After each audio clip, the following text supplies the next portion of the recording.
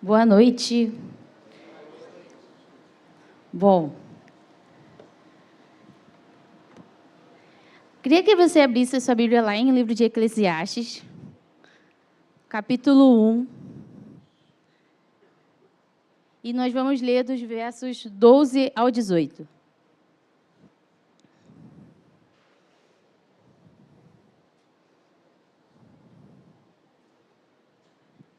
Vamos lá. Começa assim. Eu, o mestre, fui rei de Israel em Jerusalém. Dediquei-me a investigar e a usar a sabedoria para explorar tudo o que é feito debaixo do céu. Que fardo pesado Deus pôs sobre os homens. Tenho visto tudo o que é feito debaixo do sol. Tudo é inútil.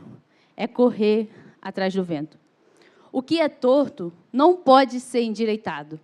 O que está faltando não pode ser contado.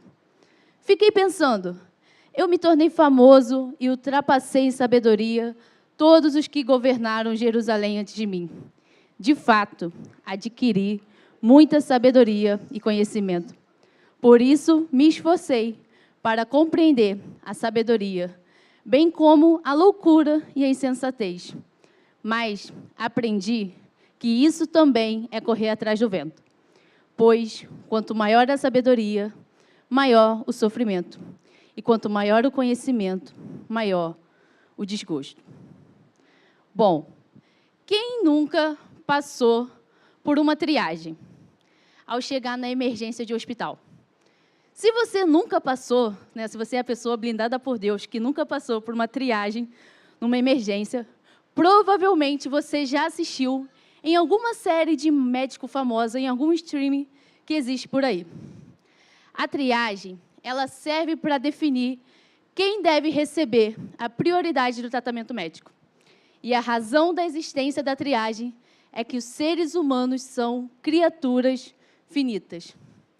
Nós não temos capacidade para fazer tudo ao mesmo tempo. A triagem, ela escancara a limitação humana. E assim como o médico, ele não pode examinar, medicar o paciente, e ao mesmo tempo o médico ele não pode fazer tudo isso, e estar com a sua família ao mesmo tempo, eu e você somos seres finitos, que não podemos fazer tudo. Nós não podemos praticar os 5 esportes que gostaríamos ao mesmo tempo. Não podemos tocar 15 instrumentos. Não podemos servir em todas as profissões que gostaríamos ou que existem no mundo. Não conseguimos estudar tudo o que gostaríamos e estar em todos os lugares ao mesmo tempo. Somos seres limitados e finitos. E verdade seja dita, vamos confessar, não fazer tudo que gostaríamos dói pra caramba. Meus amigos, não é fácil. Queremos sempre fazer mais do que realmente podemos fazer. Mas isso não é novo na história da humanidade. Afinal, em Gênesis 3:5, vemos a história da queda do homem. Quando ele dá ouvidos à serpente que diz: Deus sabe que no dia em que dele comerem, seus olhos se abrirão e vocês serão como Deus, conhecedores do bem e do mal. Queremos ser seres ilimitados como Deus. Isso é uma história que desde o Éden contam para o ser humano. Bom, este é o pecado do homem desde o início. E ainda somos os mesmos e vivemos como os nossos pais. Mas, devido à nossa finitude, nós precisamos fazer escolhas.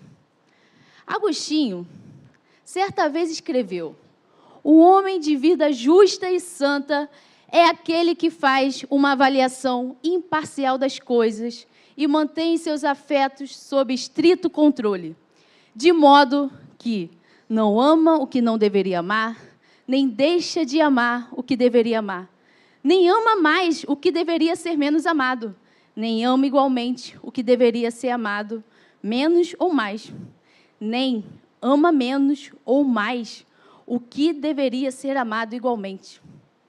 Somos seres finitos e limitados, irmãos. Inclusive, somos limitados na nossa forma de amar. Bom, é muito difícil ter que lidar com a finitude humana. Mas, diante de todas essas questões, como então escolhemos o que priorizar? Como podemos fazer a triagem da nossa vida? No texto que nós lemos, Salomão estava como se fosse um processo de triagem em buscar o sentido da vida. Ele queria ver a vida na sua totalidade de forma estável. E, para isso, Salomão assume o papel de um filósofo em busca do sentido da vida. Até porque, se temos que fazer escolhas e não podemos fazer tudo ao mesmo tempo, o que eu e você podemos fazer que trará realmente sentido para a vida? Se temos que fazer escolhas, qual das escolhas trará a satisfação que eu e você tanto buscamos? Salomão, sua busca pessoal de encontrar essas respostas sobre o sentido da vida, eu sei, quem participa do núcleo sabe que a minha mente, às vezes, sempre tem um pensamento intrusivo que vem. E talvez esse pensamento intrusivo possa estar, pensando no seu meme, num meme enquanto eu estou falando o que é a vida? A vida é uma maravilha. No entanto, verdade seja dita, quanto mais conhecemos sobre a vida, mais conhecemos as dores que a vida carrega. E esse conhecimento sobre a vida dói. E o que o texto, no versículo 18, nos diz é que, pois quanto maior a sabedoria, maior o sofrimento. E quanto maior o conhecimento, maior o desgosto. E para Salomão, não faltava sabedoria. Lá no livro de 1 Reis, capítulo 3, verso 12, diz, o próprio Deus vai dizer para Salomão, eu darei a você um coração sábio e capaz de discernir de modo que nunca houve e nem haverá ninguém como você. Se tinha alguém sábio, esse alguém era Salomão. Porém, a sabedoria para Salomão não era um ídolo para o seu coração. E ele, em Provérbios, capítulo 3, verso 7, ainda alerta sobre os perigos disso, falando, não seja sábio aos seus próprios olhos. No entanto, Salomão, assim como eu e você, também era finito. E é interessante olhar para esse aspecto da vida de Salomão, porque muitas das vezes o pouco conhecimento que a gente acha que tem, às vezes faz com que nós nos sintamos os detentores do saber e os especialistas em tudo. Na internet, todo mundo se torna especialista a cada semana em uma coisa. Uns se tornam especialistas sobre o pão de fermentação natural. Outros vão se tornar os especialistas sobre a TV nova que saiu de tela plasma. Não sei. Seja qual for a especialidade, tudo isso é vaidade.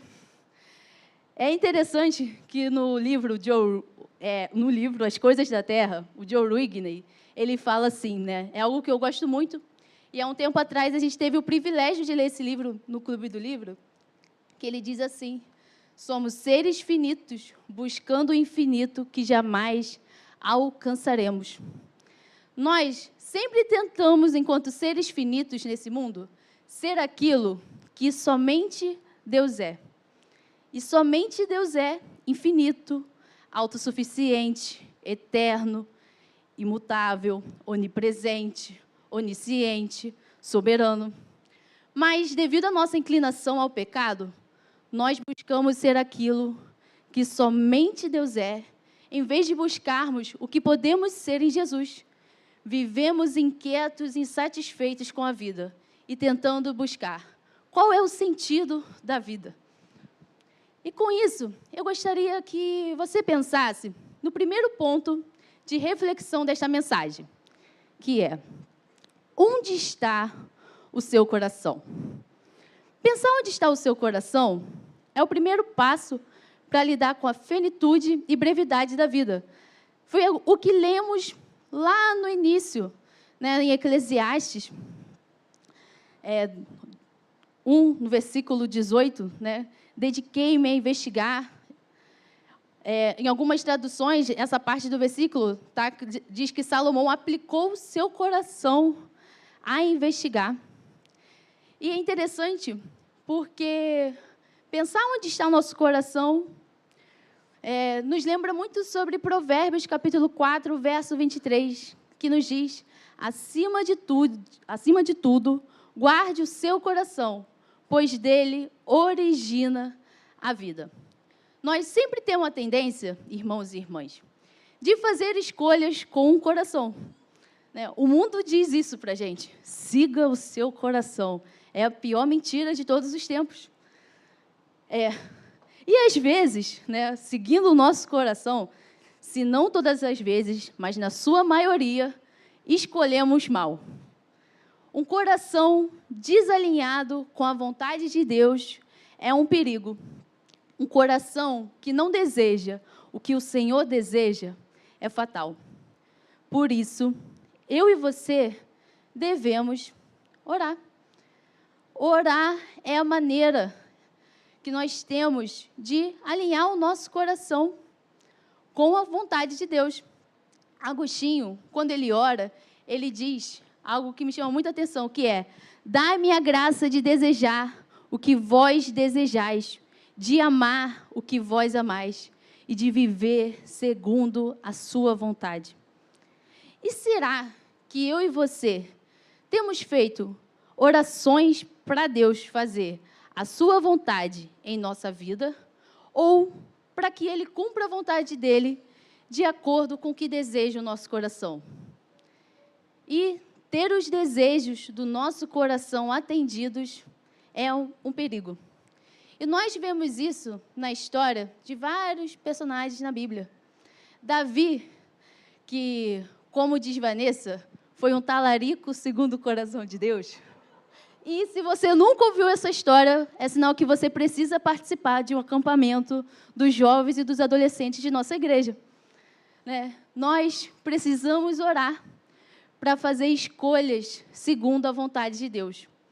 E não fazer escolhas e depois orar pedindo para Deus abençoar aquilo que nós escolhemos. A oração, ela nos coloca em um lugar de dependência. E com isso, nós vamos ao segundo ponto desta mensagem, que é: reconheça a sua limitação e dependa de Deus. Nossos limites, eles nos ensinam o temor do Senhor. Limites são lembretes para evitar que creiamos falsamente que podemos ser como Deus. Quando chego ao limite da minha força, eu louvo aquele cuja força nunca falha. Quando eu chego ao limite da minha razão, eu adoro aquele cuja razão não se pode alcançar. E a pergunta que eu quero te fazer: você já agradeceu a Deus pela sua finitude? Pelo fato dele colocar uma limitação na sua vida? Não basta reconhecer, ou abraçar a sua finitude. Temos que estar contentes e alegres com ela. Como o texto diz de 2 Coríntios, capítulo 12, verso 9. O meu poder se aperfeiçoa na fraqueza. Portanto, eu gloriarei ainda mais alegremente em minhas fraquezas, para que o poder de Cristo se repouse em mim. A limitação e fraqueza humana são oportunidades para experimentarmos a graça de Deus em nossas vidas. A finitude nos recorda que somos dependentes. Salomão, na sua busca por sentido da vida e satisfação, ele fez uma descoberta. Ele descobriu que tudo que ele buscava era passageiro. Passageiro como vapor. Como a neblina que tem feito nesses dias de manhã, que tu acorda, vê, e quando chega a tarde, ela já não existe mais. E diante dos vapores desta vida, somos lembrados diariamente que pertencemos a um Deus que é infinito. Um Deus que dá sentido à nossa história. Um Deus que limita o conhecimento humano e nos faz passar por inúmeras triagens ao longo da vida, a fim de que entendamos que Ele deve ser sempre a prioridade do nosso coração. E com isso, nós vamos ao último ponto dessa noite. Em Cristo temos a esperança para viver uma vida com sentido. Salomão, ao fazer a sua busca, ele descobriu que tudo o que buscava era como correr atrás do vento, ou seja, inútil. E às vezes nós nos comportamos assim. Vivemos como se fosse a única vez e a última oportunidade. Afinal, o mundo e a cultura dizem, só se vive uma vez. E às vezes a gente segue as vozes dessa cultura, desse mundo. E é aí que mora o perigo. Em 1 Coríntios, capítulo 15, verso 19, o apóstolo Paulo diz que se a nossa esperança em Cristo se limita apenas a esta vida, somos os mais miseráveis de todos os homens. Buscar sentido em qualquer coisa deste mundo é correr atrás de uma vida miserável e vazia. E aí eu te pergunto, aonde está a sua esperança? Meu irmão e minha irmã, a nossa esperança, ela não pode estar no governo deste mundo, nem tampouco na arte, educação ou economia. A nossa esperança, ela não se encontra em homens, mulheres, brancos, americanos, indígenas, negros, pardos, asiáticos, latinos ou qualquer outra cultura e nacionalidade. Nossa esperança, ela está em Cristo. Porque é diante dele que somos finitos. Abraçar a finitude envolve entender que não vamos ter todo o conhecimento do mundo, mas, ao mesmo tempo, reconhecer que é Deus que nos dá a capacidade de investigar e buscar conhecimento. Nada que temos nessa vida nos pertence. Tudo é dado por Deus. Abraçar a finitude não é sobre o que eu e você não podemos fazer. Até porque, nessa história, você e nem eu somos o centro. O foco nunca foi a nossa finitude. Até porque um dia, eu e você iremos morrer. Essa é a dura realidade da vida. Sim, a morte é a maior prova da finitude humana. Mas cremos em Jesus, em um Deus que venceu a morte e nos oferece a esperança de vida eterna. Nosso foco, portanto, não está nesta vida passageira, mas na vida que temos em Jesus, porque Ele é o nosso refúgio. Como diz o salmista no livro de Salmos, capítulo 46, verso 1, Deus é o nosso refúgio e a nossa fortaleza, auxílio sempre presente na adversidade. Ao refletirmos sobre a nossa finitude, aprendemos que não somos capazes de fazer tudo e nem de controlar tudo ao nosso redor. E essa realidade deveria nos levar a reconhecer a nossa dependência de Deus, buscando a sua direção e vivendo com a esperança firme em Cristo. Assim, ao aceitar as nossas limitações, podemos experimentar a graça de Deus e encontrar sentido na vida, mesmo diante das adversidades e do mistério da morte. Tudo isso nos aponta para a necessidade de confiar plenamente no infinito e eterno Deus, que nos sustenta e que nos dá esperança. Hoje, por exemplo, várias igrejas do Brasil e da América Latina se reúnem para orar pela igreja perseguida. Irmãos e irmãs que estão pregando o evangelho em contextos de violência e que tiveram que se deslocar por conta disso. A finitude e a limitação humana não é uma barreira para a pregação do evangelho. Participar da proclamação do evangelho no mundo é privilégio, é ser portador das boas notícias. Por isso, enquanto igreja, nosso papel é orar por esses irmãos e irmãs. E o que eu e você, diante de tanta liberdade que temos de ser um time de missionários, temos feito? Qual a razão da nossa esperança? Que esperança eu e você temos testemunhado? Nesta noite, Deus nos convida a viver uma vida de total dependência dEle, a confessar o nosso pecado e orgulho de querer ser aquilo que só Ele é. Deus nos convida a entender que nele nós podemos ser bondosos, misericordiosos. Afinal, nós somos imagens e semelhança de Deus, mas nunca podemos ser aquilo que só Deus é.